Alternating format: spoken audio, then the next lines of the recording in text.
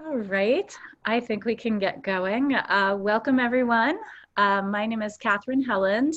I am a speech language pathologist or speech therapist, and I am one of the AAC services coordinators at TechOWL PA, which is part of the Institute on Disabilities at Temple University.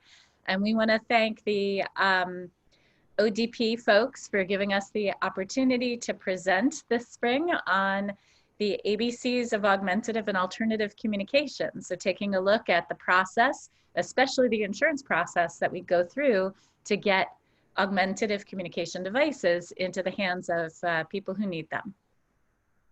And my name is Haley Strickler. I'm also a speech language pathologist by training, and I am the other AAC services coordinator for TechOWL Pennsylvania. Just before we get started, a couple housekeeping things. If you do need a certificate of attendance for the live presentation today, please send an email to either myself or Catherine or both of us, and those email addresses are in the chat feature. We are only able to send those certificates to people who request them over email. If you type your email in the chat, unfortunately, I'm not going to be able to have that saved or be able to go back and look at that. So again, if you want that certificate, do please just shoot us a little email to let us know.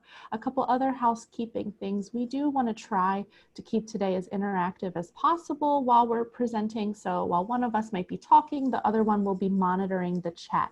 So please do take advantage of that chat feature and ask us any questions or type in any comments that you might have throughout this discussion. We'll either try to answer those live while we're presenting, or one of us will try our best to answer that question in that chat feature as well.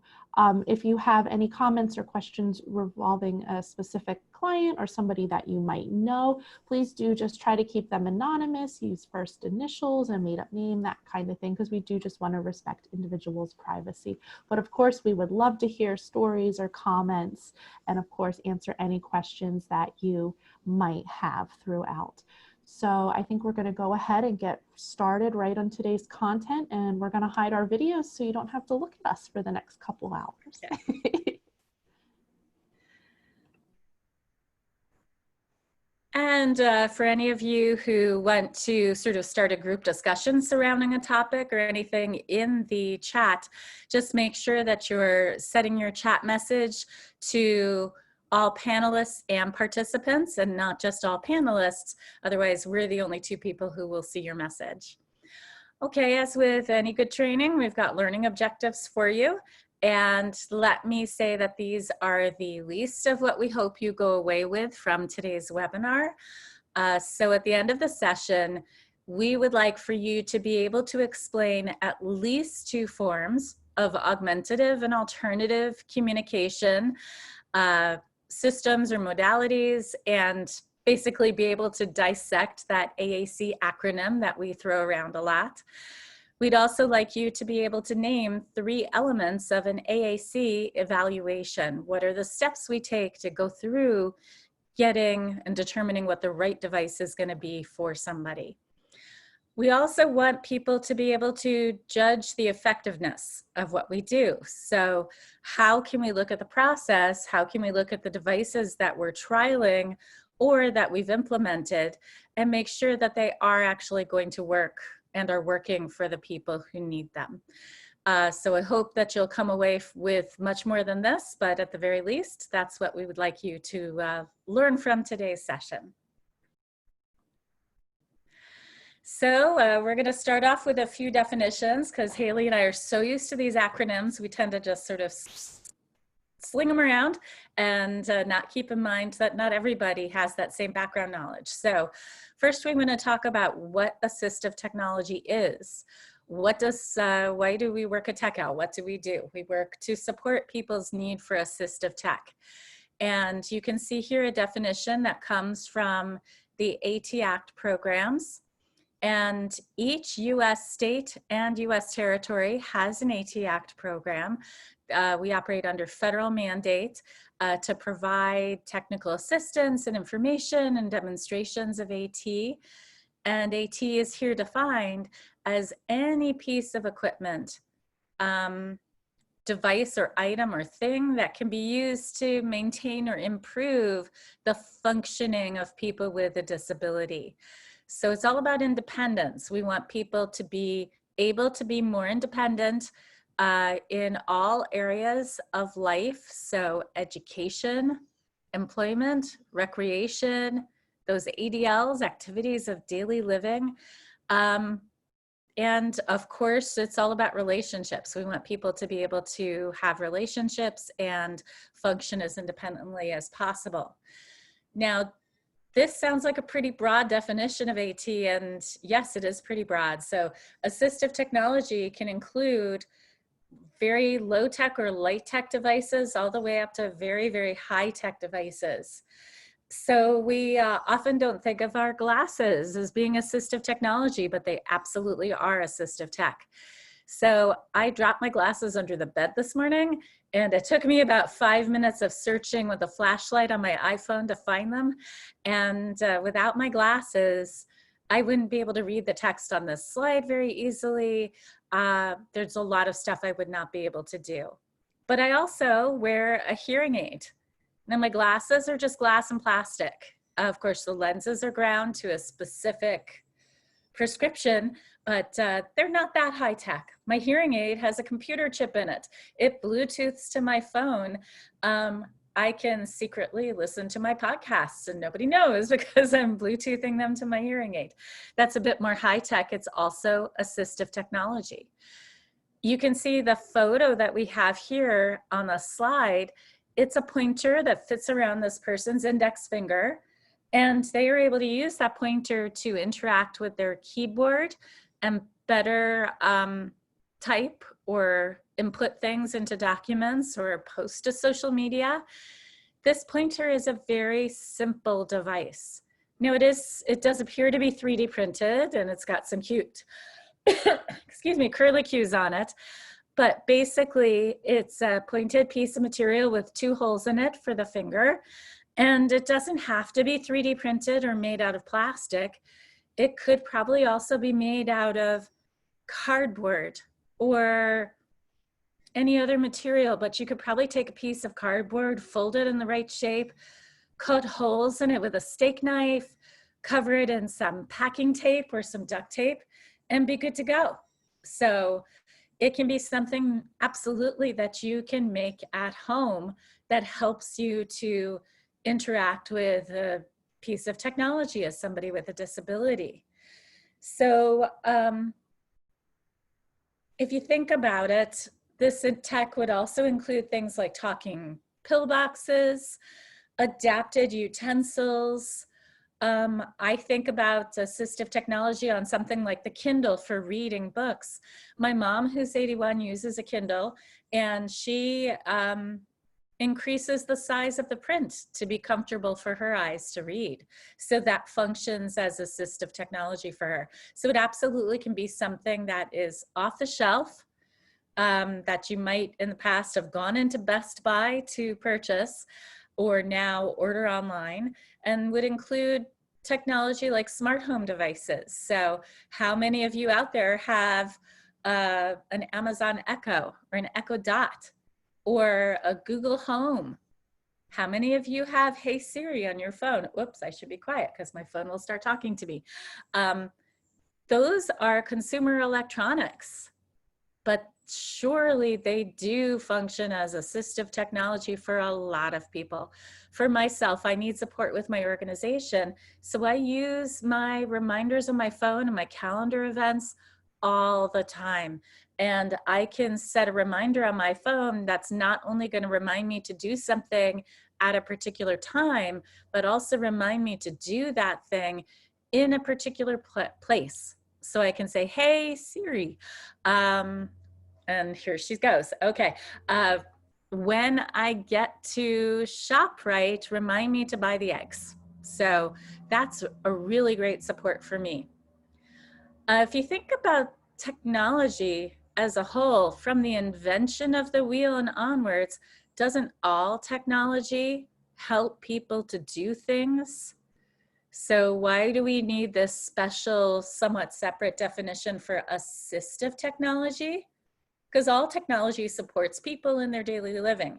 Well, that's in part because of the evaluation process and the insurance process to obtain assistive technology. We have definitions that allow things to be paid for by insurance companies. And so that is important to make sure that we get things covered by insurance so that people can afford to get them and don't have to just simply pay out of pocket.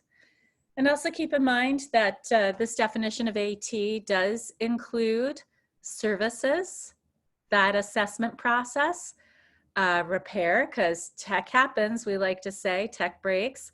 And of course, the higher tech something is, the more customization and training we're going to need to be able to use that device. All right. Now, if we think of assistive technology as a larger umbrella that includes technology that can support a physical interaction with a keyboard, or somebody with a hearing loss, like my hearing aid for my moderate hearing loss in my left ear, or somebody with a vision impairment. I think my friend Julian was just using some new technology to independently navigate through Cape May to be able to walk around the town on her vacation without having to have somebody who was sighted guide her along and tell her what shops were on each corner. So assistive technology can support vision impairment or blindness. Assistive technology that supports people who need communication is called AAC. So AAC is one piece of assistive tech or type that fits under that larger umbrella. And we see a definition here that's given by ASHA, the American Speech, Language, and Hearing Association. ASHA is the governing body for speech pathologists like myself and Haley, and also audiologists like the person who got me my hearing aid.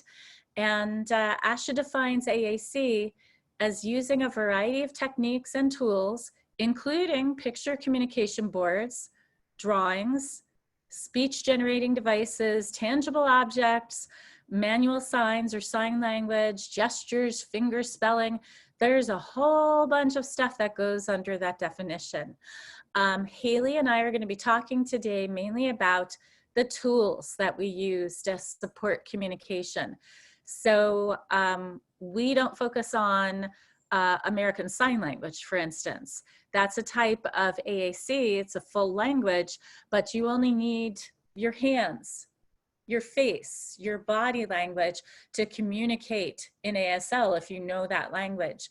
We're talking about any tool, be it light tech or high tech, that can be used to support communication.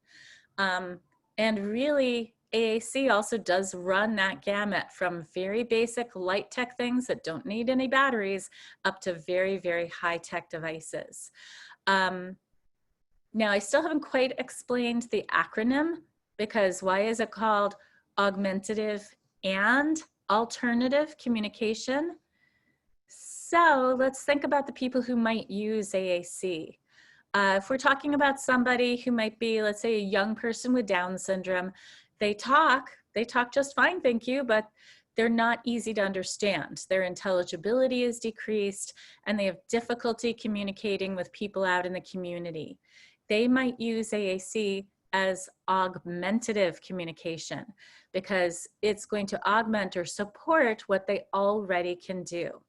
And that's true for a lot of different types of disabilities, such as CP, or maybe somebody who's losing their speech due to ASL, or ALS, I should say, or MS. While that person can still talk, but they have trouble moving their muscles and generating enough breath to support their speech, their use of AAC might be augmentative. But there's also alternative communication. And AAC, when it functions as alternative communication, might support somebody who does not speak at all. For whatever the reason, they do not have the ability to generate and say words. And you can see the three young men in the photo on this slide. These men participated in ACEs, which is our Augmentative Communication Summer Institute, which took place in 2018. And you can see they've got their devices. We're all sitting at a table outside a restaurant on the Temple campus. None of these three men can speak. So for them, their communication device is their voice.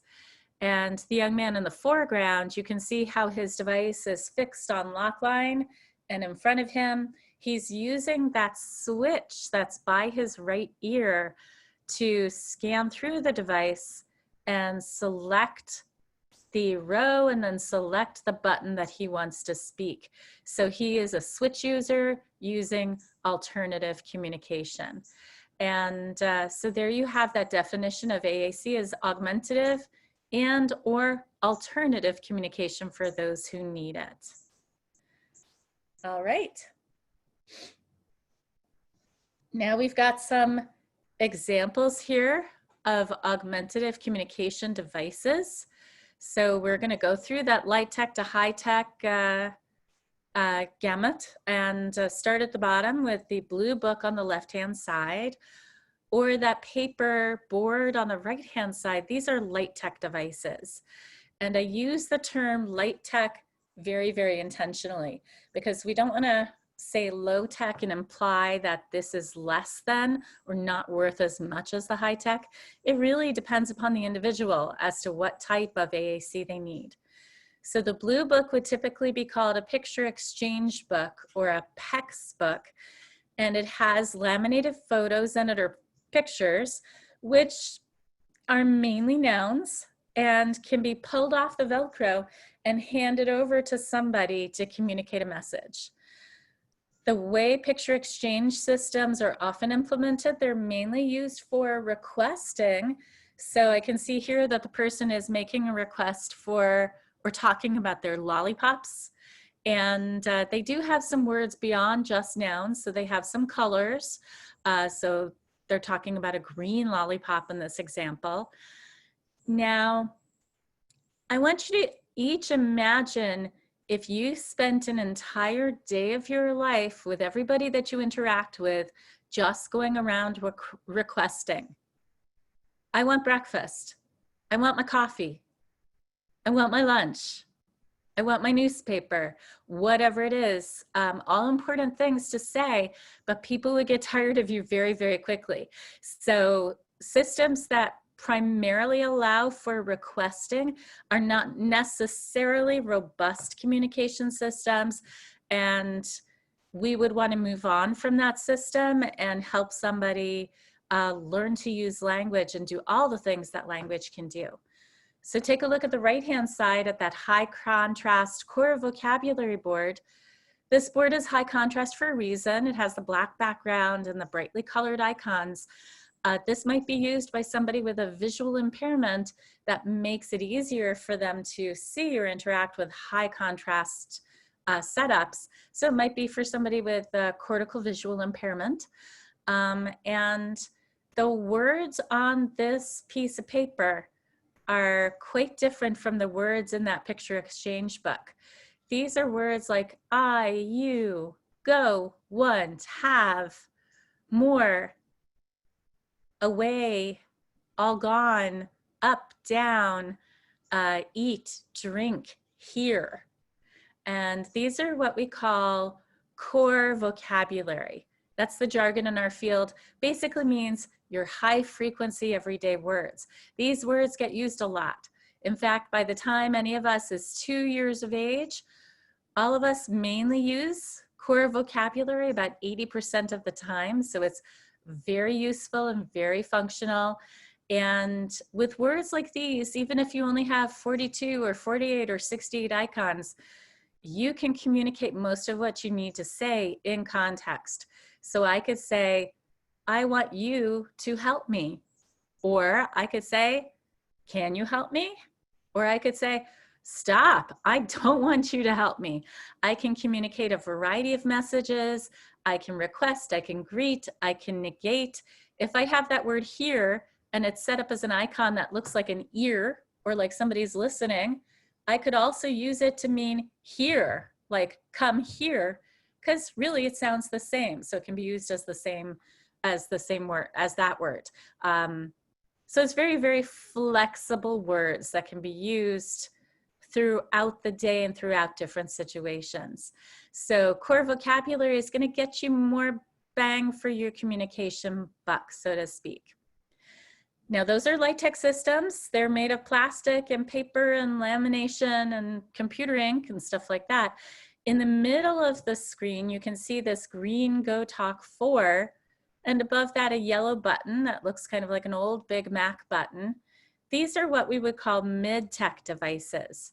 So mid-tech devices have batteries, and they usually are recordable devices that have digitized speech.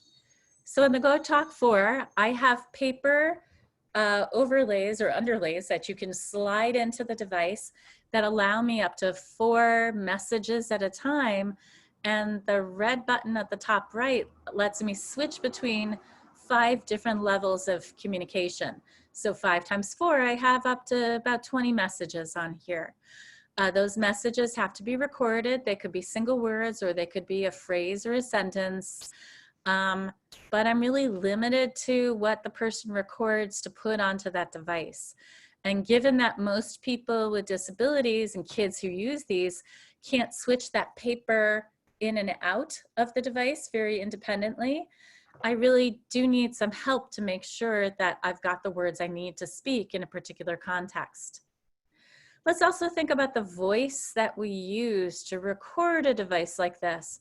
Let's say we're in an autistic support classroom in a high school, and we're setting up a communication system for a 16-year-old guy. I'm going to hazard a wild guess that that guy doesn't want to sound like his middle-aged female speech therapist, and probably my voice is not the right voice to record onto that device. So keep in mind whose voice you're using. And in the past, what I've done when I needed to record a device for somebody who was, let's say, a teenage guy, I've asked one of my sons to help me out and come into school and record for me so that we have a voice on those devices that actually represents the person using the device. Now on the top row here, we've got 3 examples of high-tech communication devices. On the left is what we call a bundled iPad. So yes, it is a consumer iPad, but it's been set up by a vendor to be locked into communication. And the app that we see here is Touch Chat HD with word power. There's also probably a Bluetooth amplifier on the back of the device, since iPads just by themselves are not that loud. That can be gotten through insurance, and it can be used by direct touch. You can touch the screen, or you could also plug in or Bluetooth in switches that would allow you to scan through the vocabulary and choose your words. On the far right-hand side, let's go right to that Tobii Dynavox device. This is an older Tobii i12, and it is super, super high tech. This is based on a Windows computer, and at the bottom, that black bar is an eye gaze bar, which has 2 infrared cameras positioned in the bottom. And what those can do is they can be calibrated to read the eyes, the pupils of the person using the device, so that when they glance around the screen, they can choose the icon they want to activate. And usually they might either dwell or do an intentional blink and choose and speak that word. So it seems like magic to me. I don't understand how infrared cameras work, but they do work very, very well to support communication. And this device can do a lot more than speaking face to face. In fact, you look at the icons you see on the screen right now, this isn't about face-to-face communication at the moment. This device shows sending text messages, making a phone call, Skype conversations, getting into your music, maybe you access your Spotify playlist, or you send an email. So there's a lot you can do with this device. In fact, for adults with Lou Gehrig's disease, a lot of adults have used these devices to continue interacting with people online and even running small businesses during the later stages of the disease. Now you might imagine that a device like this comes with a hefty price tag, and yes, it does. So the higher the tech, the more expensive it gets. And that's of course especially true for stuff that goes through the insurance process. So devices like the Tobii eye gaze might cost over $10,000. So you're probably not gonna just spend money out of pocket to get one of these. All right. Now again, to emphasize that even though there's a continuum of light tech to high tech, that high tech isn't always the right solution. And it's really up to that individual. So some adults prefer to use light tech systems, and if that's what they prefer, they're going to be more successful with it. So here you see a picture of a flip communication book. It's based on the TouchChat HD with Word Power app, and it's got a page, a full page of core vocabulary words like go, help, open, and put. And it's got the flip pages at the top with the alphabet, or a people page, or a questions page, or a places page. Now, this is not expensive. You can print these books off the aaccommunity.net website. We have links to the books that are put out by the major manufacturers. And then if you don't have a laminator, you can always use clear contact paper or even cardboard and packing tape to make this sturdy. It might be the right solution for somebody. It also doesn't break. If you throw it across the room, you're not going to need to send it away to the vendor for repairs. And very importantly, it can be used as a backup system for a high-tech device. So anybody who does plan to get a high-tech communication system, have a light-tech backup too. And that can be especially important for people working in the school system. If you have a light-tech backup, when that high-tech device needs to go out for repairs, you're still providing your student with communication, and you're still in compliance with that individualized education plan. This can mean that communication is always available. If it's the right solution, it's great at low cost or free. All right.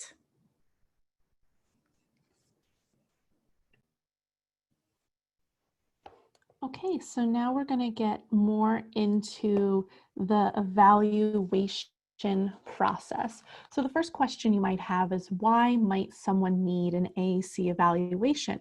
And this is really something that we want to consider for anyone who is not able to meet their daily communication needs through what we think of as traditional oral speech. And this is really going to look different for each and every individual. So typically we think of somebody who might need an AAC or communication-based evaluation as, again, somebody who's not using their traditional oral speech. We might have labeled them as quote unquote nonverbal, and this person might communicate through their gestures or their behaviors. And again, that's usually that first person that might come to mind when we're thinking about who might need this type of service. But again, this isn't the only person that's really going to benefit from an AAC or communication evaluation. Again, we want to consider an AAC evaluation for anyone who's not able to meet those daily communication needs through speech. And this can really look different depending on person A and person B. It doesn't just have to be individuals who are labeled as nonverbal. Other people who might benefit from an AAC evaluation might be somebody with that reduced speech intelligibility or reduced clarity of speech. Their speech is difficult for us to understand. Another person might be somebody with a dysarthria or an apraxia of speech. Apraxia of speech is a disorder related to motor planning and programming. So what happens there is that there's a disconnect between the brain and the articulators. So all that speech musculature, like your tongue, your lips, your soft palate, your vocal folds, your lungs, all of that that goes into producing oral speech, there's a disconnect between the brain sending those messages to those that muscle system. And then that results in some difficulty with speech intelligibility, they're difficult to understand. And this is a disorder that somebody can have developmentally. We call that a childhood apraxia of speech. Even if you're not a child, you still might have that. It can also be a disorder that's acquired, meaning somebody could have that from a stroke or some sort of other type of brain event. Other disorders that might result in communication difficulties or that could result in needing an AAC evaluation might be something like a selective mutism. So this is a disorder that relates to having difficulty communicating and speaking in certain situations. A lot of individuals, now of course not everyone with a selective mutism, but a lot of individuals with selective mutism do have intact language, but for whatever reason, they're not able to communicate effectively. They might have a lot of social anxiety going on as well. But regardless of what the disorder or the cause is for that reason, if somebody is not able to meet their daily communication needs, we really want to work as a team to try to figure out some strategies and different avenues to take to help better support that person. One of my favorite examples is this young man that I'm working with. He's in his early 20s, I want to say 22-ish, and he has some significant motor initiation challenges. So this, in his case, means that his voluntary motor movements are really difficult for him, including voluntary verbal speech. He also has a lot of social anxiety going on, most likely a selective mutism too. He's also on the autism spectrum. So this young man, for whatever reason, is not meeting his daily communication needs. In fact, he is only able to speak in full sentences when he's frustrated or upset. And these sentences are very, very clear. You can understand every word he's saying. He's very articulate, and his sentence structure is very long and complex. But this is something that, as a speech therapist, I typically don't see. Usually people that I work with aren't able to communicate when they're upset, that they might have a hard time letting somebody know why they're upset or how they're feeling. But in this young man's case, that's the complete opposite, and he is able to let you know only when he's upset. But regardless of that, it's not really functional. There's so much more that we have to talk about than just being upset. And hopefully in his case, he's not upset that much of the time. So that leaves him with not being able to communicate a big chunk of his day. So in his case, I was called in and we were able to do an AAC evaluation and determine some strategies. And in his case, I ended up recommending a speech generating device. And now he's in a better position to be able to communicate across all those daily contexts and not just being limited to only being able to effectively communicate his thoughts when he is having negative emotions. So in this young man's case, myself as a speech language pathologist was needed for this evaluation. And the team in this case anticipated that they were going to need a speech generating device for this young man and that they were going to access his insurance funding to purchase that device. So in that case, since they knew they were kind of looking towards a speech generating device and B, needed insurance to pay for that system, the team then knew that they needed to contact an SLP to complete that evaluation. So I usually like to think of this as we don't need an SLP to tell us that someone's having a hard time communicating. The team knows this, the family knows this, and the person themselves definitely knows this. But in the case of an evaluation, that SLP is there to provide more support and direction throughout the process. So I look at this as kind of knowing the difference between a formal and an informal evaluation. There's lots of great tools to do an informal assessment or review of somebody's communication skills. You don't necessarily need an SLP to do that. Of course, teams are always welcome to explore that option for a more comprehensive assessment. But if you're looking to just kind of see where a person's at, something like the communication matrix, which is a low-cost tool online, can provide a good snapshot on what an individual is able to do and how they're communicating. But if you are looking to obtain a speech generating device from the standpoint of looking at waiver or insurance funding, you're really going to need to have that SLP there to help guide you through that process and to be able to submit to those different funding sources. An SLP can also provide information about language development, or which app versus this app supports XYZ skills for language growth or motor planning. So those are different kind of situations where you might need to consider a more formal evaluation. I look at this kind of a quick summary. Anytime that, again, you're looking for a speech generating device to be obtained through insurance, you're going to need that SLP. If there's questions regarding linguistic development, language growth, motor planning, those kinds of things too, you're also going to want to consider having an SLP be part of the team. But if you're just looking to see where somebody's skills are and what they're doing, there's different tools, again, like the communication matrix, that are available for teams to see what's going on with somebody.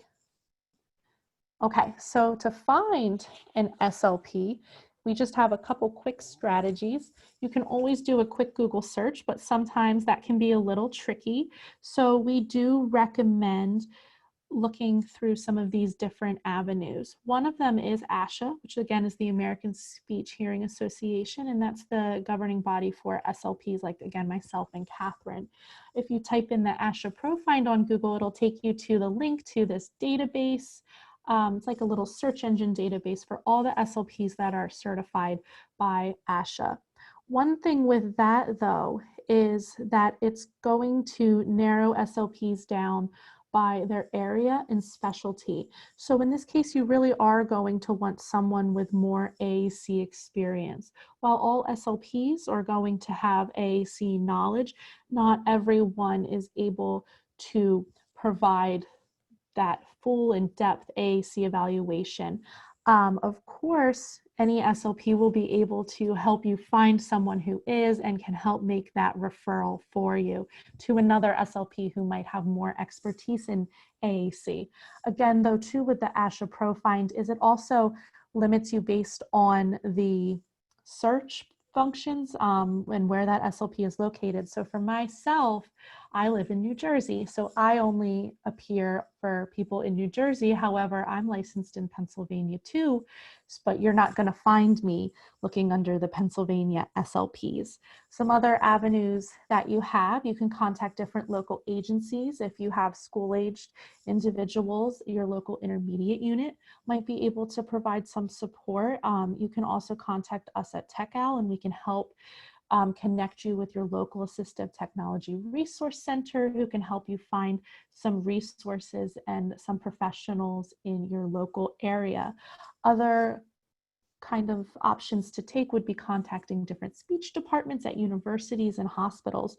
So for example, TechOWL is located at Temple. So Temple also has a great speech and language graduate program. So there's different services that can be offered from there. For those on the western side of the state, you might want to consider looking into Pitt. And for those in the center of the state, there is a great research AAC department out of Penn State. So there's lots of different options, and you can contact them, and if they're not able to provide the services themselves, they can hopefully help you navigate the process to find someone who can support you. Okay, so evaluation's the cost. So when it comes to cost for an AAC evaluation, unfortunately, there isn't really a straight answer or a set amount for the service. It's really going to vary. So the cost is going to depend on the funding source and what services a person already receives or that they're able to receive. So one example of how costs can vary is if we look at that private SLP. Say you found somebody who's going to help support the team, they're a great SLP, but they are a private practice speech language pathologist. they might charge per hour of the evaluation, or they might charge a lump sum, say, of $1,000, if not more, for that service. Private SLPs often might not take insurance or Medicaid, Medicare either. So this is something that the team might want to consider. There are possibilities where a private SLP might write an invoice that can then be submitted to the insurance for reimbursement, but that's really going to depend on that person or their practice and whatever their policies are. Another example of kind of looking at the cost per hour model is us at TechOWL. We do offer evaluations on a fee-for-service basis for some consumers, and we do charge per hour. So again, that's just another example of how this kind of cost model can differ from SLP to SLP or from source to source. So something else to consider is if a person has their evaluation completed by an SLP in a hospital setting, then maybe this service is considered part of their care and it goes directly into that cost. So how do you know who's going to pay for that evaluation? Again, there's really no straight answer that covers all situations. It's really going to depend on that individual's case and the services that that person receives. If a person can pay out of pocket too, then there's that option as well. But if not, then the team and the person are really going to need to explore those other funding sources that are available either through their insurance or their waivers. Another example that we have for individuals who are in Philadelphia County, that Philadelphia is their joinder on their waiver, and if they're registered with the Intellectual Disability Services Office, they are able to receive an AAC evaluation through a city contract. But however, this evaluation itself might not have, say, direct costs to that individual. There's a long wait list for this service. So that's things to also consider. Things that might be lower cost or better option for that person financially might have a longer wait time for that service. So looking at all those different factors is something that teams are going to want to consider. And again, I think the overall answer here is that costs of an evaluation in these services and having a funding plan is something that teams really want to consider up front when first starting to open this conversation about exploring communication options for a person. So some other additional funding sources. This isn't an all-inclusive kind of list. This is just some places to get you started and try to navigate. And teams can, of course, consider one source, or they might do a combination, whatever is best for that individual. And two, some of these options might be considered payers of last resort. So that means that you're going to need to get rejected from some other options first before this next funder might consider paying for the service.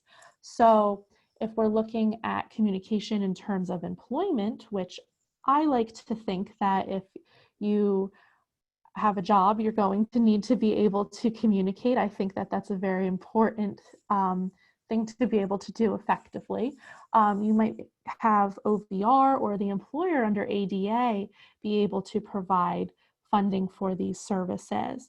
Also, for individuals still in the school system, their school district or an educational settlement might be able to pay for this service too. Individuals who are in college or universities can explore for post-secondary. Just like with a job, I would think too, being able to communicate effectively in your educational setting is very important.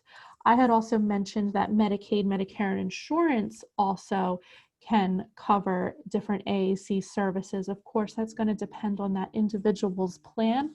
Oops. One second, I think I lost our screen because someone decided to call me, so sorry about that. Technology problems, right? As I was saying, with insurance and Medicaid, Medicare too, you're also, again, going to want that licensed and certified SLP to be able to submit to that funding. That's going to be really important there. One thing too I want to mention with waivers is that some of these waivers do have a lifetime cap for assistive technology. A lot of times this lifetime cap revolves around about $10,000-ish, but it also depends too on what the waiver is, the loopholes, the different rules. Sometimes you can get more funding to navigating that process. But in terms of waivers in this lifetime cap, if somebody only has $10,000 to be spent on assistive technology for their entire life, I could be using a huge chunk of that money to purchase a communication device. And if we look back at that young man I had mentioned earlier, he's only in his early 20s. I don't know what kind of assistive technology he might need down the road. I don't know what's going to happen with him based on his health status. I do know that to get his communication device funded, that it's going to cost a couple $1,000s through his waiver potentially. So should I be using his waiver as that first choice when it could be using up to 50% of his lifetime cap? That's something, again, teams really want to consider and explore before making those final decisions.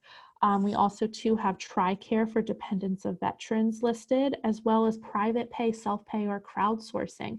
A lot of individuals have had a lot of good success with things like GoFundMe to get their devices or their AAC services, including evaluations, funded.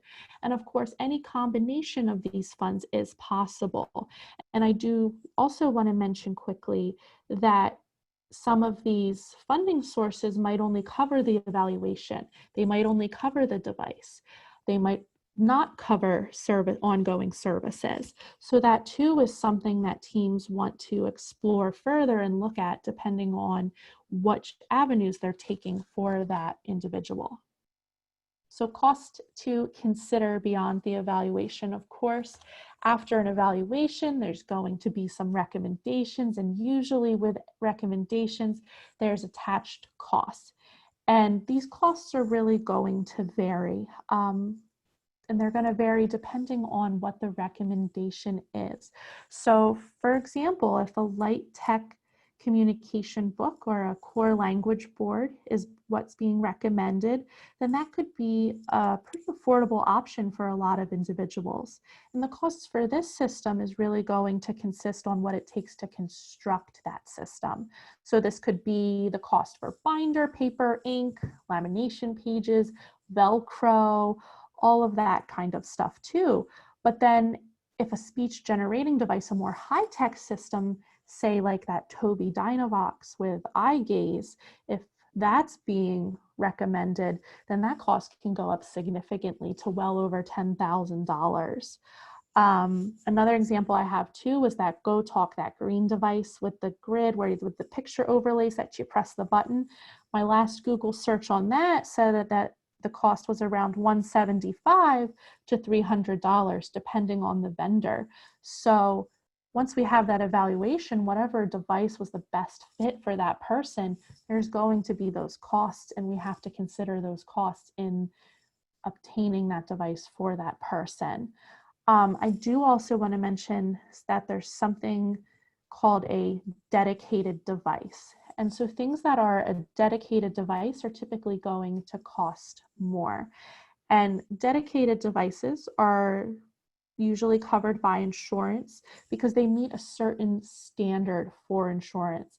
And the standard is often related to access to the internet for more tablet, iPad, computer-based systems. They're also then considered DME, or durable medical equipment. So an iPad, for example, that's listed as a dedicated device with a specific AAC language app from a vendor can cost well over $1,000. But we also know that from a consumer electronics standpoint, that an iPad itself, we can go and get one at Best Buy, Walmart, Target, wherever, and we can pay maybe $300 to $400 for that iPad. And then maybe we want to get this special robust AAC app for somebody. And that app might cost around, say, $200 to $300. There we're looking at maybe a total of $700 plus a case for a system if we're just buying an iPad through a consumer electronics model.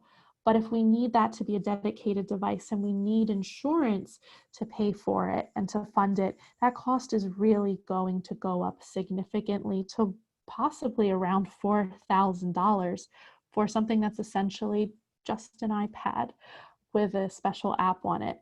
Of course, though, with these vendors and when using insurance, there are reasons that the cost does go up. Again, it is because it's considered a dedicated device. It's considered a piece of durable medical equipment.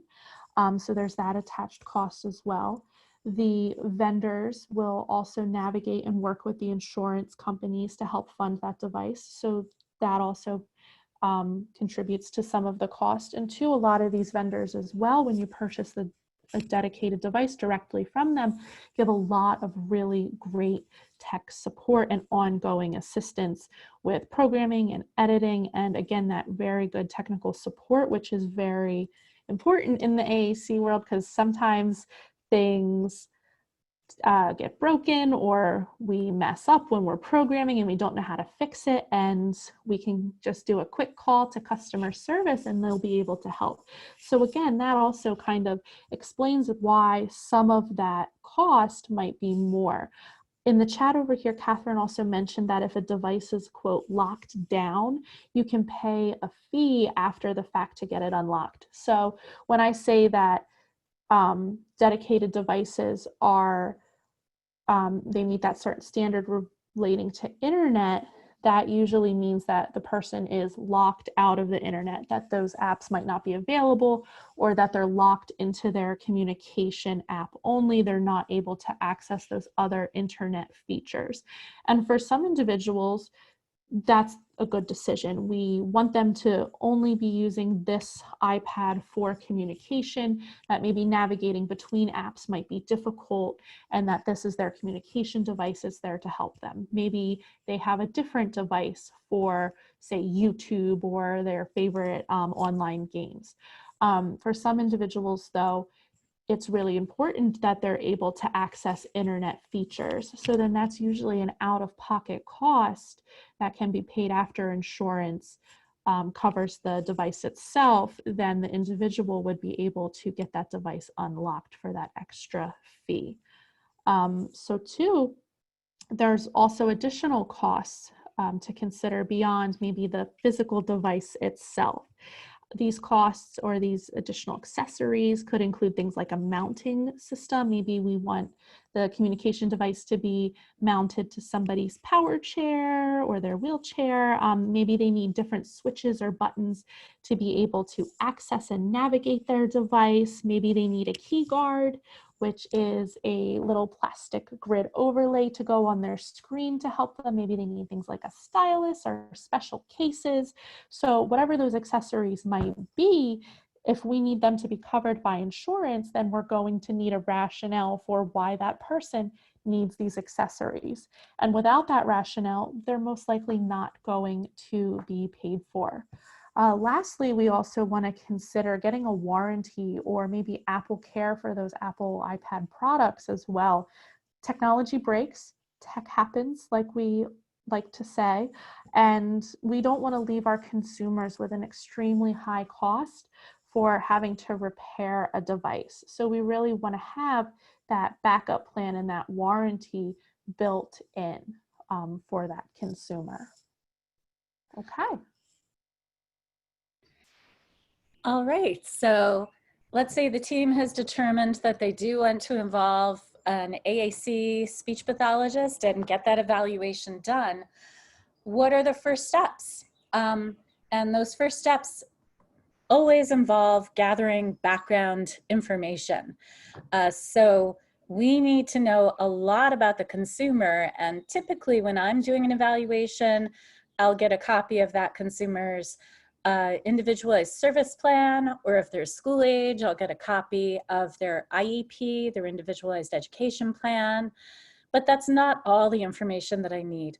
I'd also like to know information about medical history and what that background is. And that's very, very important, because for insurance coverage for AAC devices, we spend much of our time in a very long report defending the medical necessity of that device.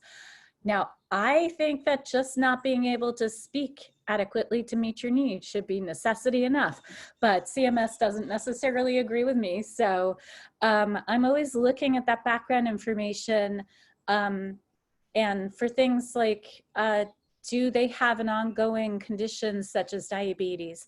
Is there a history of seizures? Maybe they had some febrile seizures or infantile seizures when they were younger. I'm still going to want to know that information because it's going to help me to bolster my case in that insurance report. Excuse me. So if there is a history of seizures, I can absolutely defend that medical necessity and say this individual must be given access to a robust speech generating device to communicate their medical needs with their caregivers. In the event of a seizure activity or anticipating a seizure, they must be able to get help and get to a safe place. So I'm going to use that information to really strengthen and support my case. I also want to know if there's a behavior plan in place, if there's an involvement of a behaviorist in the case. And behaviorists and AAC SLPs may have different teaching methodologies, but I want to know exactly why that behaviorist was brought in to work with the individual, because that's going to tell me about where their communication is absolutely breaking down. So you may have heard the term before that all behavior communicates, and that's absolutely true. And for people who can't speak, oftentimes behavior that we perceive as negative behavior is communicating frustration and anger because they cannot tell us what they need in a particular context or a particular time and place.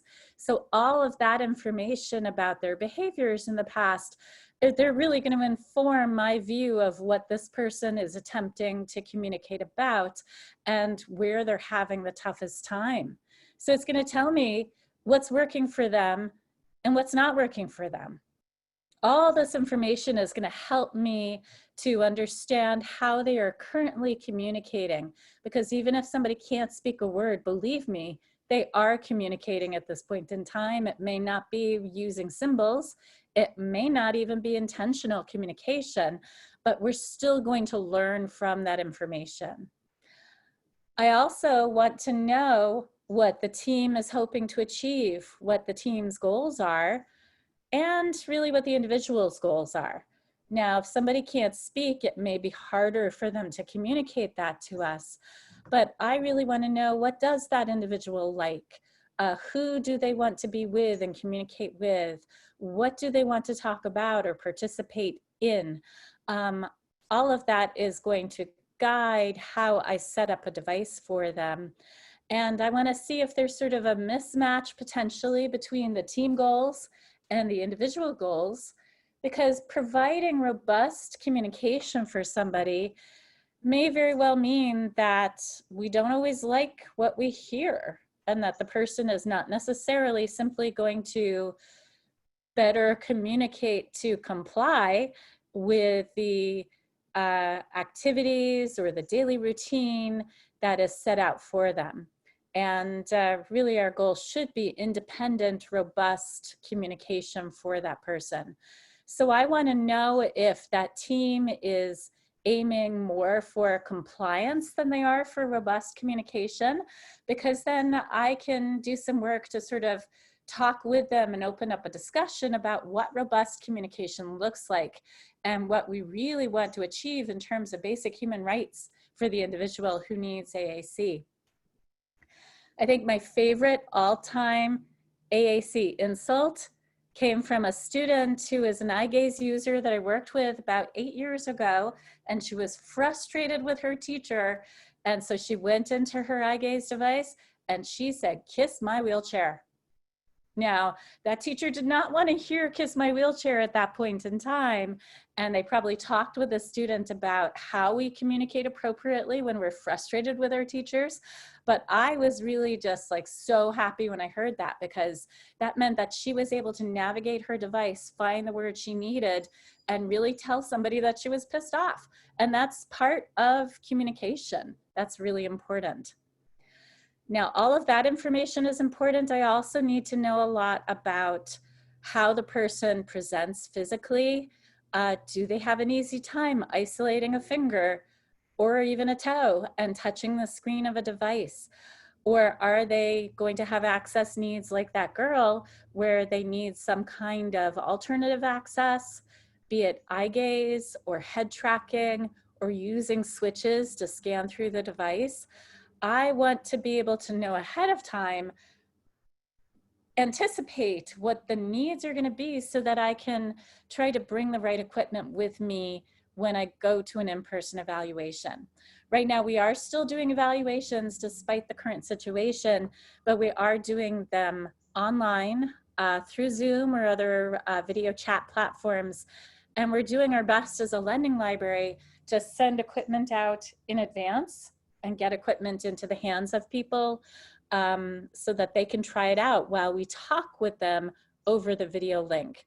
And of course, that's not going to be as easy if alternate access to communication is needed. That's going to be harder. We're working on it. Other documentation that I might need. I want to know anything that this person has used in the past to try and communicate, even if it was way back in their school age days. Did they use a PEX book? Did they use a communication board? Did they have a visual schedule? All of that's going to support my insurance process. And did they have a speech generating device? Ideally, I'm going to want to know what that looked like. If they used a device in school, how was it set up? Did it use that high frequency everyday vocabulary that we talked about? Or did it just have folders for arts and crafts and science and math? All of that information is going to be helpful to me, and that plus my interactions with the individual at the evaluation are going to help me get a good idea of what might be a match for that consumer. So we match features. We look at the abilities of that consumer or that student and try to match that with a device that has features that are going to benefit them and that they're going to be able to use. Okay. So then if I go into a team and I recommend, well, I think you should try a Nova Chat, but you should also try a PRC Accent and maybe also trial something else. How are we going to get these devices to try? What are we going to do to be able to put those devices into the hands of the person who needs them? Well, we do have a lending library through TechOWLPA.org, and that lending library in normal times is able to loan out a whole variety of different types of equipment. Right now, we're working on getting that equipment transferred to a new location, and we're also working on our procedures for sanitizing and cleaning devices and making sure that everything that we ship from TechOWL is safe to use. So we are limited more to iPads at the moment, but we expect that to change within just a few weeks. So hopefully soon you'll be able to borrow some other high-tech devices like Nova Chats or PRC Accents. And we can also make recommendations that run that gamut of light tech to high tech, looking at how a light tech system might work as opposed to a speech generating device with synthesized speech. We can really make a lot of recommendations, and you know what, if we can't lend something to you at the moment, we can put you in touch with the vendors who sell those devices, because in response to COVID-19, most of those vendors have put together their own loan programs and have been working really, really hard to get the devices out to people who need to try them for evaluation purposes. Now, why don't we just send you straight to the vendors? The vendors are awesome. Their area reps are fantastic. But a vendor for PRC is going to sell you PRC products. A vendor for Tobii Dynavox is going to sell you Tobii Dynavox products. If you go first through a lending library like TechOWL or if you're in school age, you can borrow from patan.net. Then you're going to get a broader idea of all the different devices that are out there, and be able to try a range of different technologies without being locked into the products of one particular company. So we like to say we're device agnostic. We can help you sort of sort through the range of what's out there. And as we do this, and even before we're trialing different devices and putting together the paperwork, we're going to be looking at identifying those funding sources for AAC, like Haley was talking about. Can I go through a VR? Can I go through something other than the waiver? Do I need to go through insurance? Or should I be really thinking out of the box and looking at a solution such as social media and a GoFundMe campaign? Almost exactly 5 years ago, I have a friend who got the worst possible news. Her son, who was 3 at the time, was diagnosed with a cancer called a rhabdomyosarcoma. And that cancer kind of looked as if you took your hand and slapped the side of your face. And so it had fingers or tendrils reaching up into the face, the facial muscles and the facial nerves, and also back into the brainstem. And he's fine now. He's absolutely fine. But at that time, we didn't know if he'd retain his ability to speak.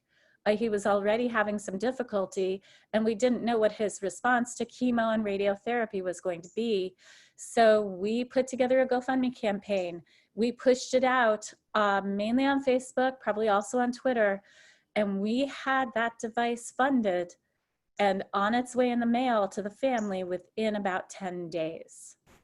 And he went through a horrible year of treatments, but he is a rambunctious, happy 8-year-old little boy at this point in time. But alternate funding was the answer at that point in time, because we really didn't feel like we had the time to afford to go through a more lengthy formal evaluation and insurance requests to meet his needs. All right. So then, again, as our answers for a lot of funding issues are going to be, as we look at getting or obtaining the system that we've decided upon, it's really going to look a little bit different depending upon the individual, depending upon their public insurance, their private insurance. If they're school age, does the school district that they come from have the primary responsibility to provide equipment that's going to allow them to access learning and access the curriculum? So it really is going to depend upon the individual. But if we're going through formal insurance, then there are some consistent pieces of paperwork that we're going to need. And we're going to need that assignment of benefits form so that the device vendor can apply to the insurance for that device. We're going to need a physician script. Now that doctor might be a specialist or the primary care physician. They don't get to decide what AAC device works for the individual. That's done by the SLP, but they do have to write a script and sometimes also furnish visit notes for a doctor's visit that's within the past 6 months usually. And during the current situation, we should be able to address that physician's visit through telehealth visits through Zoom or BlueJeans or any of the other video platforms. We're also going to need copies of the insurance cards front and back, and we're going to need that full report that gets written by somebody like myself or like Haley. Our reports tend to be very, very long. I think Haley's are a little longer than mine, but they range from about 10 pages anywhere up to 20 pages. And that's because we don't leave any stone unturned, right? We try to do everything that we possibly can to demonstrate that medical necessity and cover the need for communication in all different contexts. I like to think that my reports are so long that the insurance company just says, oh no, it's her again, let's just give her what she wants. I wish that were actually the case, but they do read through things pretty carefully. You don't always know the experience level of the person reading through your report, and they do sometimes reject your attempt to get a communication device. And then you're going to have to appeal that within 30 days and sometimes write additional documentation of the medical necessity, not just of the device, but also it can be for the access modality. So we do our best to make sure that you're going to get that report through insurance, it's going to get approved, and the device is going to be placed into the hands of the person who needs it. All right. And then we get to the point where, oh my gosh, this humongous box arrives on our doorstep. It's got so much stuff in it, lots of little cords, lots of little pieces of paper. Where do we go? How do we get this set up and working for the consumer? So we're hoping that you're going to have SLP support for that setup period and customization period. How that's funded is going to depend upon your insurance source and whether it gets covered as part of the evaluation or whether they're seen as eligible for ongoing services. And the SLP, if they're involved, they're going to provide a really good resource for helping you set up the appropriate vocabulary set and adding any consumer specific words that need to be added to that device. And hopefully we're not waiting until the permanent device is in the person's hands to customize something. So sometimes customization does take place during that period of time when you're trialing devices. Maybe we trial 3 different devices or 3 different apps and we're like, hey, wow, this particular app, speak for yourself, works just awesome for this individual. This is absolutely what we want. Well, if you're working through that process and you're having success, you may be adding photos of people, you may be adding specific nouns or pictures of places that are of interest and concern to that person, because we want the device to be motivating to use. We want people to be able to communicate about what they like, whether that's a particular museum they like to go to, a particular playground, or anything else. If we're doing that during the trial period with SLP support, we can back that vocabulary set up. So on dedicated devices, vocabulary can often be saved to a flash drive. On AAC apps, you can save vocabulary to a cloud source like Google Drive or Dropbox. Sometimes devices have a special cloud sharing service that you can subscribe to. But anyway, we should be able to take that vocabulary that we set up during the trial period and that worked well for that individual and pop it onto the new device when it arrives after being approved by insurance. But there's a lot more than just getting the right vocabulary words onto the device. There are a lot of strategies for implementation. A lot of them fall under what we call aided language input or modeling, and Haley's going to address more of that. And there's a lot of other information about backing things up frequently, dating and saving your files. There's so much that can be done to support the team. And how long that training is going to need to be is going to depend in part on things like the access method being used by the person. So let's say I've got somebody who's a switch user who needs 2 head switches. They need a head array to access their AAC. Hopefully I, as the SLP, am not the only person on that team supporting the person during the setup. I'd really like to have an OT and possibly PT with me because they're really going to speak to and give input to the best way to access that device. We're also looking at consumer skills and motivation, and this really varies from individual to individual. So I've had people I've worked with who've had no verbal language whatsoever, and they've looked at the new device and they don't necessarily appear interested at first. And so then we get to those strategies like modeling and we work on it. And it may take some time, but it's worth taking that time and effort. But I've also worked with individuals who sit down, you put the device in front of them, and they look at you like, oh my God, finally somebody gets it, and they pop out with a full sentence. So it really, really varies depending upon the receptive skills of that person and how their communication has been developed and treated in the past. It's also going to depend so much on the team supporting that person. So we might have a school team, including instructional assistants and related services and a teacher and a school of children that can act as peer models and help support implementation. Or we might be looking at an adult who lives in a group home where independent communication isn't necessarily seen as the most important, most valued part of that person's daily life. And in that case, we're going to do what we can to support that team in understanding and seeing just how important, how necessary that independent communication is. And we're going to try to make those goals for communication part of that adult's individualized service plan, and really stress to the team that everybody is a part of this and everybody can be involved in helping this person to gain new skills. All right. And really, everybody, every team member should be using the device with that consumer or using a LITech backup system while the consumer uses their device. They should all be seen as responsible for responding respectfully to the communication initiated by that consumer with their device, and responding with conversation, responding in kind with further communication.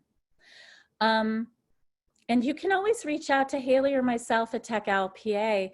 We're happy to set up a video chat or a phone call, continue brainstorming and strategizing about how to support use of the AAC by that individual.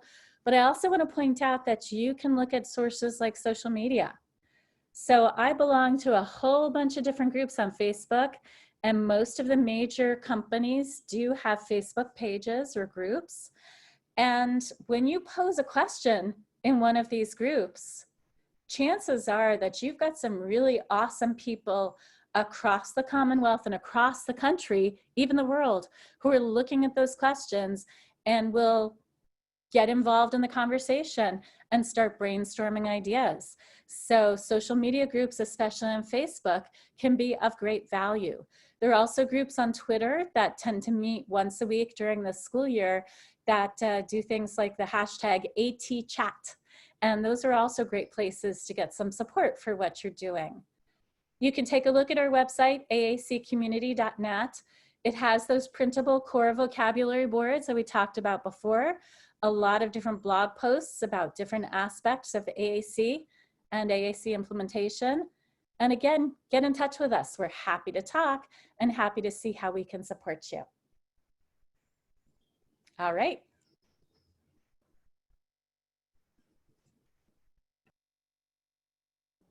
Okay, so now we're going to get a little bit more into actual implementation and different strategies and tips and tricks that you can try with AAC users. So one of the best and most evidence and research-based things that we can do to help support somebody with using their AAC system is modeling.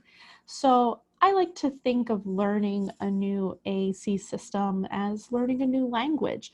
So if you think back to middle school or high school, you probably took a foreign language class. I took French, so when you would walk into the classroom, from the time you got in until the time the bell rang, you were expected to speak French. There was no English. I remember her saying parlez français the entire time we were there. And the idea behind that is immersion-based learning. So that means that the more we're exposed to something, the more we learn. The quicker, the faster, the better we're going to be able to learn it. So back in high school, by hearing French all the time, I was then able to better learn French. And we can apply this idea to AAC. So for many people, learning AAC is like learning a new language essentially. And the best way that we're going to learn this new language is to be immersed in it throughout our entire day. And so we do this through modeling. So what does modeling mean? It's really that we model or we show a word on the device or the core board while we're talking.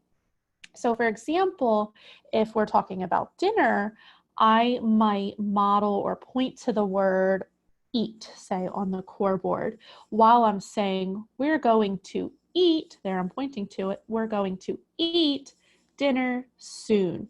And then I might model the word want and ask, what do you want for dinner? And now I can maybe put two words together. I want to eat pizza. So here I'm modeling while I'm having a conversation with the person. So I'm teaching AAC by speaking AAC. So really by modeling, you're going to be demonstrating where that word is located on the system, but you're also showing the context in which it can be used, where in the sentence it goes, how to find it, all of that stuff. So modeling is super important. And we can incorporate modeling throughout our entire day and throughout all the activities that we're already doing. And the device just doesn't have to be used when a person is making choices or they're requesting. We can model requests and choices, sure. And those are really important things to be able to do. Making choices and requesting is often one of the first skills that we might work on, but we don't just stop there. There's so much more to do than just tell people what we want. We do things like tell jokes, we share our feelings, we ask and answer questions, we comment on different things. So we're not just making choices and requesting. So we also want to model in other activities as well. But of course, like I mentioned, making choices and requests is often a good place to start because it's very motivating. Who doesn't want to get what they want? And it's also very empowering for a lot of people too, that now they're able to direct their care or tell somebody, no, they don't want that, they want this. But again, we don't just want to stop at modeling during those activities. So maybe we want to model while we're commenting on a movie, or maybe we're talking about something that happened earlier in the day, and we can model and show those different words while we're already having the conversation that we were already having in the first place. So we can talk about the day's schedule, or we can tell a story and model some words. Again, we want to incorporate this into those conversations that we're already having. So think of this as more of a way to connect and build a stronger relationship with a person rather than just a tool that's being used to help somebody talk. And it's okay if that person doesn't respond to your modeling right away. There have been people that I've worked with that have taken a really long time to use their device by themselves. And I don't think they're paying attention to me on modeling, and they're not even looking. But then one day you just all of a sudden, doop, doop, doop, there they are, and they're using their device to tell me that they're mad at me or to say, I like that. And that is proof in itself that modeling does work, and that even if somebody doesn't necessarily look like they're getting something out of it, they are. And again, the reason is that we want to immerse them in this. We want them to be more exposed to something. So even if they're not selecting that word themselves, they're still getting that language exposure, that AAC language exposure. So if we think about early language development, how we all develop our language, babies don't learn to speak a new word from hearing it once or twice. Babies really learn language from being spoken to directly or by being observers of adults speaking, depending on the culture in which they're being raised. But regardless of that, adults don't usually go in there expecting that baby or that really young child who's first learning language to be able to magically respond right away or say something back. But we still speak to them, or we still expose them to that language. One of my favorite AAC fun facts is reported by Jane Corsten, and she stated that the average 18-month-old child has been exposed to about 4,400 hours of oral language at a rate of about 8 hours per day from birth. But then the child who has a AAC system and they're receiving speech and language therapy twice a week for 20 to 30 minutes will reach that same amount of language exposure in their AAC language in 84 years. So think about that. I think that's a really powerful fact there. If we only model on a person's device for 30 minutes twice a week, say during their formal speech session, it's theoretically going to take that person 84 years to be as proficient as an 18-month-old. So I think that in itself is super powerful in showing how important modeling can be in making a difference in somebody's communication skills. So by modeling on a system, we're really encouraging both language development, but also that communication and connection. So now that we know how to model, what's next? What else can we do? How do we facilitate expanding somebody's communication skills? Well, one strategy that you can use is what we call adding or expanding. And so this is what we can do to stay one step ahead. So the basic idea with this is if the AAC user gives us one word, we're going to expand on this by maybe modeling 2 or 3 words. So it's if you give me one word, I give you 2. You give me 2 words, I give you 3. You give me a short phrase, I give you a sentence. And this doesn't necessarily need to be complete, fancy, grammatically correct sentences here when we're modeling on AAC. In some cases it can be, that's great, that's fantastic, but it also doesn't have to be. You don't need to necessarily feel that pressure of a sentence being super grammatically correct. One thing too is a lot of times with our core language boards, maybe you have one of those printed off from the TechOWL website and you're using that, some of those little tiny, what we call function words or those little grammar words might not be on there. And that's okay. We want those words that have more meaning that we can use across multiple contexts. Even if we're missing that little tiny grammar feature here and there, that's all right. We don't need grammar police in terms of our modeling AAC in most cases.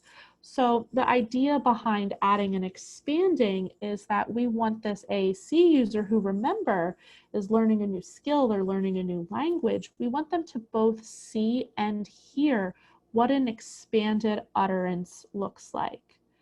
And it's not just about making it a longer sentence. Of course, you know, we all want everyone to be able to say super long and eloquent sentences and paragraphs, but that's not all that we need. The length of the sentence isn't necessarily what matters. It's what the content is behind it. And two, the reason why we model expanding and adding is that if we're only modeling the same thing that an AAC user knows and already uses, we wouldn't really expect them to learn anything new. So again, staying a step ahead isn't just about enhancing their ability to produce a longer utterance. It's really going to be more about that ability to combine words. So being able to combine words is very powerful because by doing that, we're able to comment and joke and reject, ask and answer questions and tell stories. We're able to do so much more when we're able to combine words. So what can this look like? If somebody says the word more or points to the word more or activates more on their device, we can then respond by modeling want plus more. And then this could eventually become I plus want plus more, or want plus more plus coffee. And eventually it could be that super long, I want more coffee, please. And there you have a fancy grammatically correct sentence. But again, it doesn't have to be that case. One of my favorite examples is I used to work with this young woman. She attended our ACEs program a couple summers ago, and she was working with a graduate student clinician on whatever assignment. And all of a sudden, the young woman with her device said, "Stop, read, can me." And in that case, the other therapist was reading for her, and the woman who was using AAC was telling her she had enough of that and that she knew how to read and she didn't need her therapist to read for her, and she can and would do it herself. Now, stop, read, can me is not 100% grammatically correct, but it gets that point across, and that's what's important there. And of course, she and her therapist had a great rapport. They were good friends, so they laughed about it and it was okay. And her therapist apologized and was like, you're right. I'm sorry. I shouldn't have assumed that you needed help with this. I'll let you do your work yourself. But in this too, the therapist didn't respond and say, oh, that's not a right sentence. Let's try it again with better grammar. They responded to the intent, the message that the young woman was saying. So we can also apply this idea to other things. We don't necessarily need to just respond to the form or the grammar that somebody's producing. We can respond to that intent and the idea, the content behind their message. And at first, this can seem like a lot, definitely. But remember, the modeling and that input that you're giving doesn't have to be perfect. Even by adding one extra word here and there when we're modeling, you're really going to be making that difference in supporting that person's language development. And you're also learning how to use the system together. So at the end of the day, again, like I mentioned earlier, it's all about that communication and connection. So by using this AAC to model, you and the AAC user are connecting and communicating together, and that's going to be what's the most important. So another thing too with using AAC is it does take longer for somebody to respond or convey their message. People with complex bodies who use a system with what we call scanning might even take longer to respond to on top of that. I have a really good friend who accesses her language system through the scanning option with her device. So for her, the words are laid out in a grid, and when her device is activated, it will highlight half of the screen and then the other half of the screen automatically. So then she has to hit a switch to select which half of the screen the word she's looking for is in. And then so say she highlights the left half of the screen and she hits her switch, she gets in there, then the device will then go into each row. Maybe there's 5 or 6 rows on that side of the screen. So it'll go row 1, row 2, row 3, row 4, until it gets to the row that has that word in there. And then again, she has to hit that switch and then wait for each individual button within that row to be scanned through, to be highlighted until she gets to that exact word she wants. Now, if it's in the bottom right corner of the far side of the screen, it could take a very long time for her to get to that one single word for her message, but that's okay. She's conducting her message. She's conveying what she wants to say. And so as the communication partner and a listener, I have to be willing to wait for her response. It doesn't just have to be for people who use scanning systems that it takes longer. Sometimes individuals might need extra time for their brain and their body to connect to form that response. They might need some additional time to initiate any motor movements, or maybe they just need additional processing time to understand what you're saying and then to formulate their response back to you. Regardless of what the reason is, there's really no other strategy or fancy trick other than respecting that person's time and giving them that time to respond. It's all about learning to wait. And waiting can definitely be hard. I'm a speech therapist. I love to talk, and I really like to fill the silence. So it's hard for me to not say anything.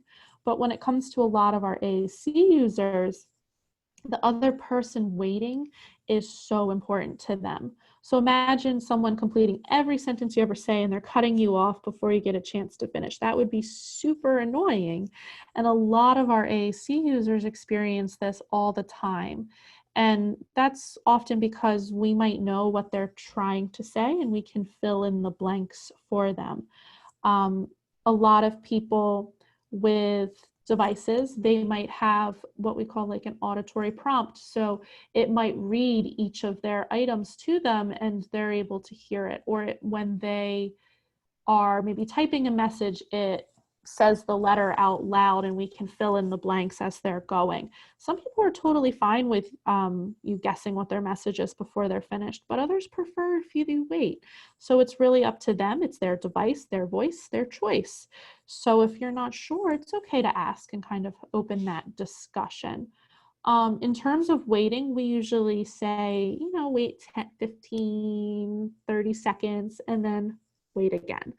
And if that person isn't responding at all, it's okay to ask them if they heard you or if they're thinking. I've had people tell me they're thinking, and I've also had people just ignore me and not want to answer. Both are fine and both are going to happen. But within that, I try my best not to fill that space. And again, it can be really hard to find that sweet spot between giving that adequate time for the person to formulate their message and that need to talk and that silence. So one of my little strategies is I might just do that smile and nod and say, I'm listening while somebody's working on their message. And I do this to show that I'm still interested in what they have to say, and then I'm going to wait for them because they're an equal part of the conversation that we're having. But of course, there's always going to be some people that don't like even when you do that, and that's okay too. You're the expert of the people you work with and the people you connect with, so you'll know what's okay and what's not. You know your audience the best. Okay, so device effectiveness. Once we implement a system, we also want to know, is this effective or not? But really, one of the big questions we need to be asking is, who is this effective for? It's effective for who? We really want this device to be about communication and connection and not compliance. So the device should really be supporting the person in their overall communication abilities and how they're able to interact with others socially, not just, again, being used for requesting or making choices and complying to different routines. So the team should definitely be asking questions like, is the device being used? Is the person seeking it out? How has the overall communication improved? Have frustration and or these inappropriate or unsafe behaviors decreased? And sometimes we're not going to have the answer we want right away. So when we're not getting that answer or the impact we want, we need to problem solve and think of what can be done differently to help support this person in using their device. Maybe the device isn't an easily visible, it's not an easily visible place, or it's not in a frequently accessed place in the home. And the solution is very simple. We just need to move it to a better location. Or maybe a trusted family member or supports person might need to help the person keep their device close by and be ready, have it ready to go by holding on to it for that person. Or maybe we can try modeling during activities or trying to communicate, and again, modeling during different activities out in the community, something new. I've heard a lot of times that teams will say, or families might say, oh, well, we model every day during dinner and he's not using his device. Well, maybe Mr. Smith is set in his ways and he knows what he wants for dinner and he doesn't want to talk about it anymore. So maybe we need to try modeling during a different activity. We can switch it up. It's okay. There's nothing wrong with that. We can problem solve and try something new. Another thing that I've heard a lot too is, oh, they don't use that device. It doesn't work. Back when I worked in the schools and I'd hear that answer, and we would sit down as a team and talk about, okay, well, why isn't it working? What can we do to better support this kiddo using their system? And then we might find out that the device is in the kiddo's backpack, or it's up on the shelf in their cubby and they can't reach it, or it's not charged. Well, in those circumstances, the team is right. Technically, they can't use the device. And if you can't use the device, it's not working for that person. It's not supporting their communication. So in that situation, We made it part of the kiddo's routine that when he came into the classroom, he took his device out of his bag and put it on his desk. And that became his routine, and his staff and his teachers were able to help him. This can be done too with adults, maybe when they come back from work or their day program, instead of just throwing their backpack on the floor and leave their device in it, that maybe it becomes part of that routine to get their device out and put it on the table for a snack or to get ready for dinner. Maybe they need to plug it in and give it some extra charging time before they start communicating in a different activity. It's good to always problem solve and reflect and see what we can do to better improve and to better support this person, and what we can do to make the person more accountable for their system, but also how can we help them in supporting their accountability and their overall communication. And sometimes we're not going to get the outcome as quickly as we anticipated. We're not going to get that outcome we wanted right away. And it can be discouraging, definitely, for the person themselves, for the family, for the team. But that doesn't mean that the device is not effective. Like we talked about earlier, for some individuals, it can take a very long time for them to respond to modeling at all. And that's okay. It's not that the person can't learn to communicate. It's that we might need to rethink the way we're supporting that person. And again, it might be that quick fix, but sometimes we might just need to meet that person where they are and keep being consistent and keep doing that consistent modeling and exposing that person to language and their device throughout the entire day. It's also very important that teams incorporate measurable goals and objectives for the device into a person's ISP. What can these goals look like? I've written goals for people that are very fancy, like X will generate a sentence using at least 3 words across X number of opportunities. And I've also written goals that are for encouraging the team and the individual to work together, like X will use their device in whatever activity in at least 5 out of 7 days of a week. And it makes these kind of goals, it makes things seem a little bit more realistic and manageable, and it can be a lot less daunting at first. If we say, hey, we're going to model through this activity every day at this time, that can be a good way to help that person learn and make progress. So by having goals related to the device and its effectiveness, we can better monitor somebody's progress. The team can also then have that data to better reflect that, hey, this isn't working out. Maybe it's time to try something new. Or maybe, hey, this is working. Let's see what else we can do too to help them do even better. But maybe we need to take a step back and try something different. Maybe we need to model during a different activity, switch things up. Again, with goals and objectives, we really want to set up our goals to be practical and achievable. We always want to set the person and their team up for success. Okay, so maintenance. We mentioned a little bit about maintenance here and there, but I'm just going to run through this quickly so we can get into some of our case examples. So why does a device need to be maintained? Well, if we're talking about a high-tech system, especially one that's a tablet or computer-based system, it's just like any other electronic, and it needs to be updated. There's software updates. Think about if you haven't updated your phone for a while, sometimes it doesn't work right, things are slower, and it's going to be the same for a lot of these systems. The software is going to need to be updated. But maintenance doesn't just have to be for software updates or for operating of the system. It can also be for vocabulary. So the vocabulary layout, or what we call the user, may need to be changed. We might need to add a new movie that the person saw recently, or add the name of a new friend or a new roommate, maybe that new restaurant down the street. Maybe we want to change personal information like their news, or add a funny story that happened recently to that person so that they can share that information with others. So we really want to keep the device and the vocabulary available, especially in regards to personal information and personal stories. We want to have that frequently updated and changed so that person's able to talk about these things better. We might also need to add changes for more advanced grammar skills or different linguistic features too, depending on the person's language development and skill growth. Regardless of why we're updating or changing that device, we also then want to have the device backed up. So for a lot of systems, this can be done via the cloud, and for others, maybe we have to save their personal AAC file on a flash drive. But regardless, anytime we're making changes, we again want to back this up, because with programming a lot of these high-tech systems, it takes a long time to program somebody's device. I did one a couple weeks ago for a consumer, and hers was completely programmed from scratch, and it took me, I think, about 3 to 4 hours to get that up to par for her. And if I didn't back that up on another iPad or to the cloud, then if something happened to that device, then there goes 3 hours, and we'd have to re-download her or reprogram her device again from scratch.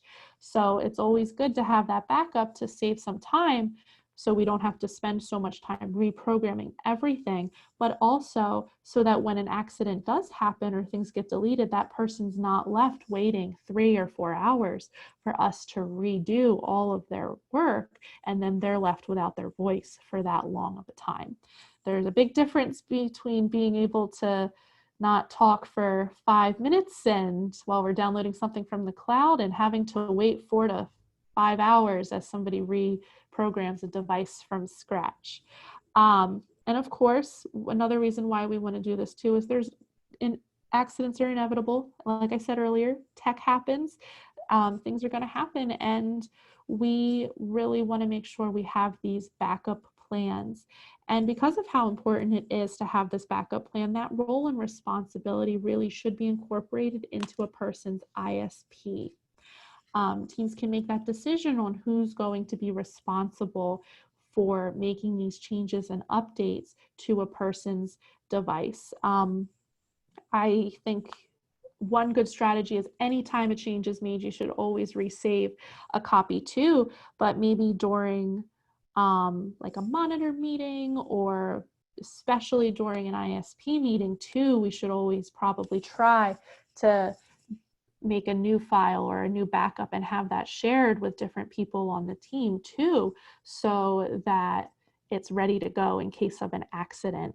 But again, if we're adding a new button here and there, or we're making changes, the more changes we're making, the more often we're going to want to re-back up those files.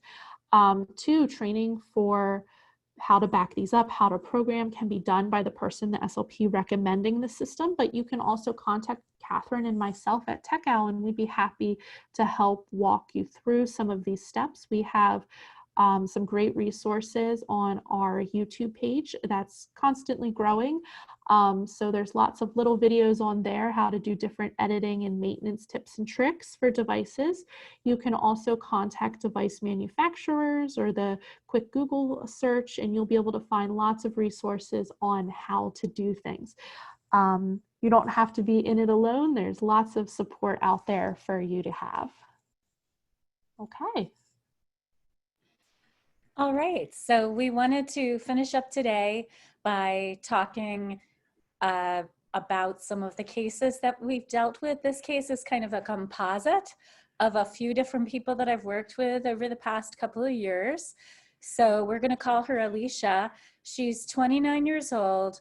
She has cerebral palsy and paralysis, and she's diagnosed with an intellectual disability, but she has a lot of verbal speech. So she's able to talk, and she's able to say a lot about the world, a lot of social interaction. She knows what she wants, but she's hard to understand because her disability has impacted her ability to rapidly sequence the muscles for speech to make clear speech sounds. So she can use a pointer finger on one hand with pretty good ability to touch the screen of a touchscreen device, but the rest of her body is pretty complex. She has a lot of curvature to her spine and has a very specialized wheelchair. But she's like any other young woman, and she really wants to be able to socialize with people independently. She wants to be able to visit her family and talk to everyone independently. She wants to be able to control the TV set in her bedroom. And I mean, imagine having to ask for help every time you wanted to channel surf or switch the channel from HDTV to Turner Movie Classics. I don't know, it would be really frustrating. So we thought through what she could do. It was really much more a position of looking at her abilities rather than what she couldn't do. And we came up with some ideas. So we decided to start by trialing an iPad with an AAC app, and we were going to see if we could get a key guard onto that iPad. And a key guard is kind of like a plastic grid that overlays the vocabulary set. And one of the great things for people who don't have full fine motor skills is that they can lean their hand on that plastic key guard, and then that gives them a better ability to isolate that finger, whether it's their pinky finger, their pointer, their thumb, I don't care, whatever works for them to then touch the words and activate their device. We're going to use a lock line based system to attach this to her wheelchair to start with. And we were also going to think outside the box and get an Amazon Fire Cube with Alexa. And that was going to be really important because all that smart home tech, all that other assistive technology that I talked about to begin with, can actually be used through a synthesized voice on an AAC device. So we were then going to program her vocabulary set with a page to control Alexa and to give it commands, you know, so Alexa, excuse me, turn on the TV. Alexa, switch the cable. Alexa, what is the weather today? I mean, really that Fire TV Cube can do anything that a typical Amazon Echo can do.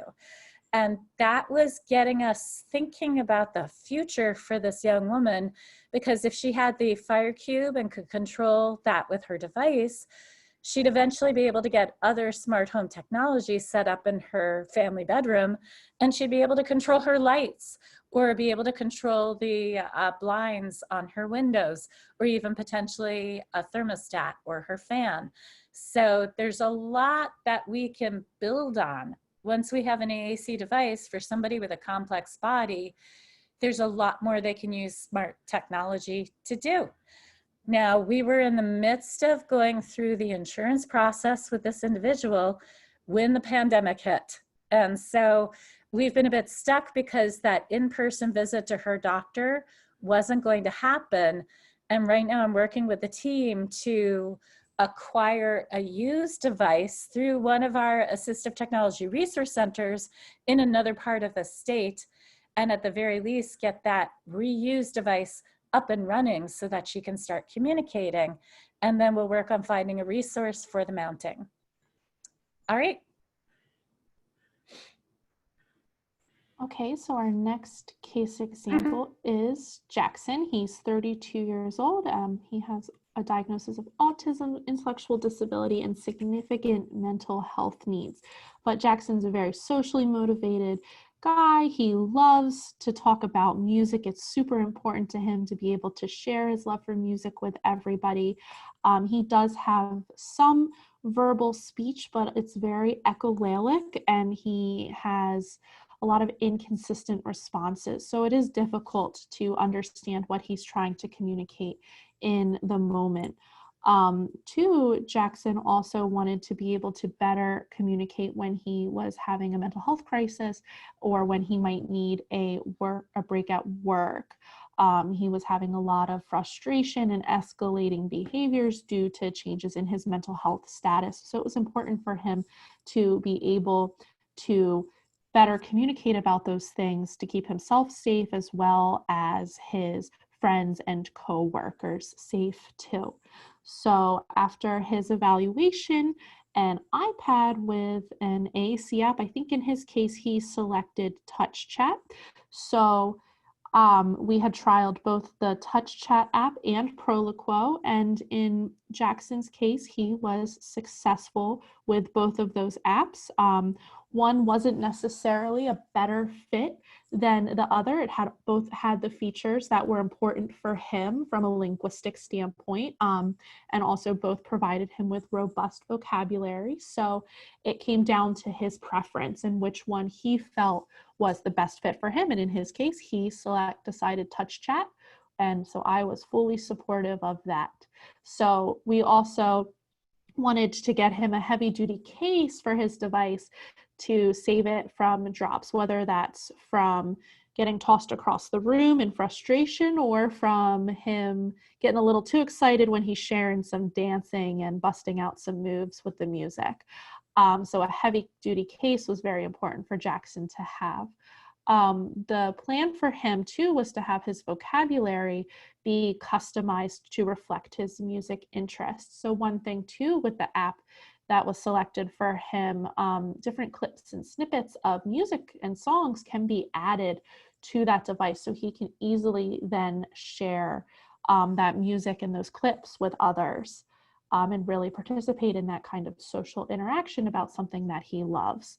So two, we also then wanted to edit the home page. So the home page would be the main button or the main screen of his device. And the plan was to really add quick and easy access to his feelings and emotions page to help reduce those escalating behaviors. By having that quick and easy access on that first initial page, Jackson then wouldn't have to dig and have to try to search for those words in a moment of mental health crisis, so that he would have them and very easily access those words and be able to express himself. So for Jackson, there's been some delays in the insurance process with getting his device. So in the meantime, because we're not able to get him his own high-tech system, he has access to screenshots of the app. So we made a light tech communication book that, again, it's essentially just screenshots of what his iPad will look like in the future. And that way he will be able to get familiar with the vocabulary layout and also then be able to point and communicate. His staff is able to model and start demonstrating how language can look once he gets the iPad. Of course, it doesn't have that voice output, which is going to be super important for him, but it is providing him that opportunity to communicate and to get familiar with what his system will look like down the road. Okay, so that concludes the bulk of the content for today, but we do just want to share a couple more resources. Of course, Catherine and I are part of TechOWL PA, and we've mentioned several of these different programs, so I just want to re-mention them here. We can provide device demonstrations and help teams determine which apps might be successful for individuals. We'd be happy to set up a video chat or a text appointment to help provide either that device demonstration or any ongoing AAC support. You also don't necessarily have to do that too. If you already have an idea of where you'd like to go, you can directly head to that lending library and borrow an iPad and try out some of those AAC apps with a consumer or a family member, a person you know. You don't need an SLP to tell you that you can borrow an iPad. You can give that a try. But of course, if you do a demonstration with us, we can also help provide additional direction to help make that choice a little easier, especially if we're starting from point blank and we don't know what's out there for a person. Okay. And some other PA resources or general resources that we thought might be useful to you. You should know about the work being done by Disability Rights PA. It's an awesome organization, and as the pandemic came into full swing in our area of the country, they worked really hard, in part with the Institute on Disabilities at Temple, to ensure that the state was not going to triage medical care for COVID-19 to leave out people with disabilities and other vulnerable people. And they actually were quite successful in getting some of the policies for the Commonwealth changed. So take a look at what they can do. Also take a look at the PA Assistive Technology Foundation. So they have a lot of resources for funding assistive tech, not just AAC, and can provide income-dependent, no-interest loans for obtaining anything from a $50 device up to something like a ramp van conversion. So they also do a lot of financial literacy work and trainings for people with disabilities. Then you have our websites for TechOWL PA and for aaccommunity.net. Take a look at what we have on those. Leave us a comment. Let us know what's missing, what we could add to, and what other information you would like to have. And also take a look at myodp.org. ODP was the driving force behind creating this webinar. And we definitely think people in Pennsylvania should take advantage of the services that they have to offer and visit them online and see what's there. And beyond that, I think we could start our videos now again. We're done with the information, the content of the webinar now. We do have a survey, because we always like to get feedback on how well we're doing our job. And if you could either go to the link or use your cell phone to access that QR code, we'd much appreciate the feedback on today's presentation. And at this point in time, I've gone a minute over. Please feel free to leave if you have someplace you have to be. We want to respect your time, but we're also happy to hang out and answer questions. So if you have anything that you'd like to ask, please, we're here and we'd love to hear from you.